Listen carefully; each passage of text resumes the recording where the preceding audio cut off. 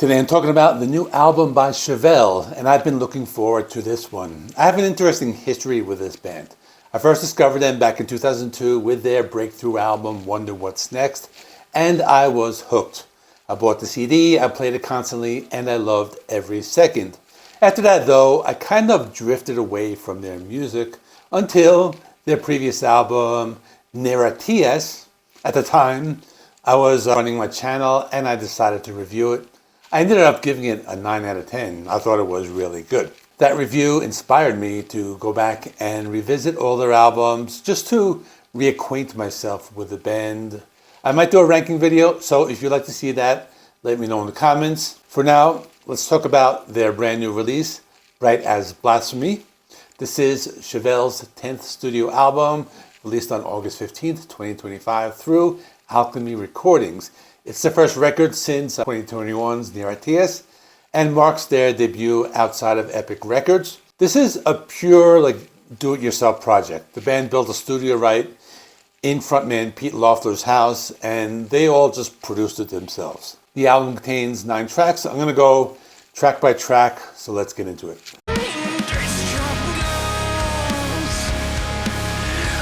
Opening track is Pale Horse. Strong opener, dense, heavy guitar tones. Pete's vocals sound as sharp as ever. Some moments give me this Deftones like textures and Tool-inspired vocal phrasing, but honestly, that's always been what this band sounded like. I love how the song shifts between atmospheric passages and punchy, aggressive sections. But then we get to, this was one of the singles, Rabbit Hole Cowards Part 1.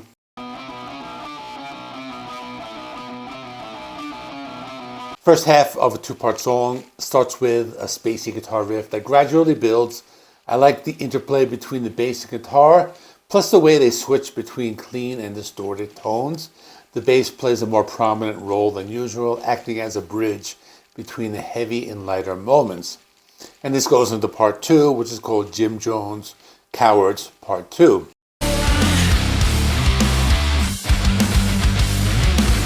This one is a little chunkier, kind of nu metal-esque, lots of great riffs, and I know calling Chevelle nu metal might trigger some of their fans, but that's just the vibe I got. Either way, it's full of energy, feels like a natural continuation of the first 2 tracks. They also experiment with time signatures and more complex riffing. At this point, the album's off to a great start. We get to track number 4, it's called Hallucinations.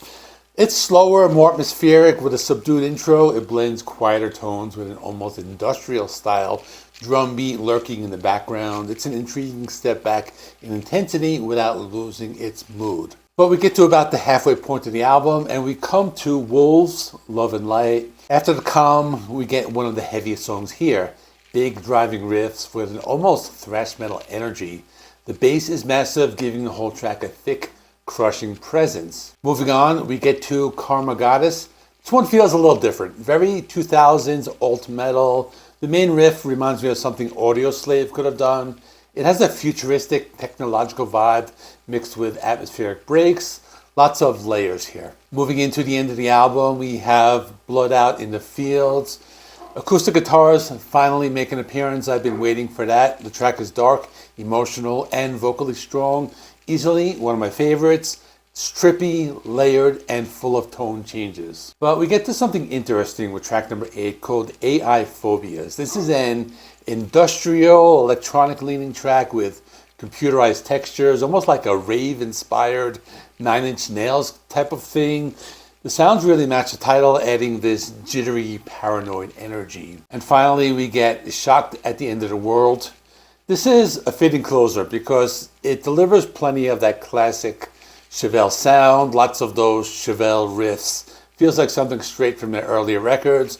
The breakdown at the 3-minute and 30-second mark is a highlight and a satisfying send-off. And now for my final thoughts. Bright as Blasphemy is a strong reminder that Chevelle have carved out a unique space in modern hard rock and metal, and they know exactly how to work within it while still finding ways to experiment. There's a certain confidence to this record. You can hear it in the production choices, in the way the songs breathe, and in the decision to self-produce their own home-built studio. It doesn't feel like they're chasing trends or trying to reinvent themselves. Instead, They're refining what they do well. What stood out most to me was how balanced this album feels. You got the heavier, riff-driven cuts like Wolves, Love and Light, and Jim Jones sitting comfortably next to the moodier, more atmospheric tracks like Hallucinations and Blood Out in the Fields. This album has this push and pull between the weight and space. It's something Chevelle have always done well, but here it feels especially deliberate. Nothing overstays its welcome, and each track seems to serve a purpose in the album's overall flow. The inclusion of more prominent bass lines and occasional electronic elements adds another dimension without overpowering the core Chevelle sound. And while there are some moments where you might think, oh, this reminds me of Deftones, or that vocal cadence sounds a little bit like Tool, the truth is Chevelle have blended those influences into something that is very unique and something that they made their own over the past 2 decades. They have built a sound that's instantly recognizable, but they still leave room for surprises when they need to. Lyrically, it's an interesting mix of the abstract and the direct. Pete Loeffler has a knack for writing lyrics that are open to interpretation. This album is a grower. You pick up more on the second, third, and fourth time through. Now, I'll admit, if I'm comparing Blasphemy to NIRATIAS, I think I slightly lean toward NIRATIAS. That album to me had a more cohesive, almost conceptual feel, and it took more they did more experimentation, that's what I'm trying to say. But it doesn't mean that this new record is any less worthy of your attention. In fact, if NIRATIAS felt like Chevelle's ambitious space voyage, this album, Blasphemy, is more like their return home. They're going back to the basics. It's a little more grounded, but they still have that sharpened edge. Chevelle is one of those rare bands that have never really put out a bad album, and that's saying something after more than 25 years together.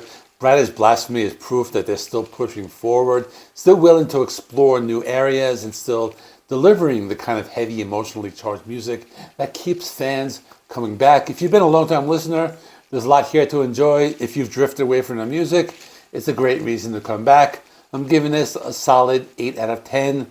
Another strong entry in their catalog, and I think one that will grow on me more over time. It might even go up by the end of the month.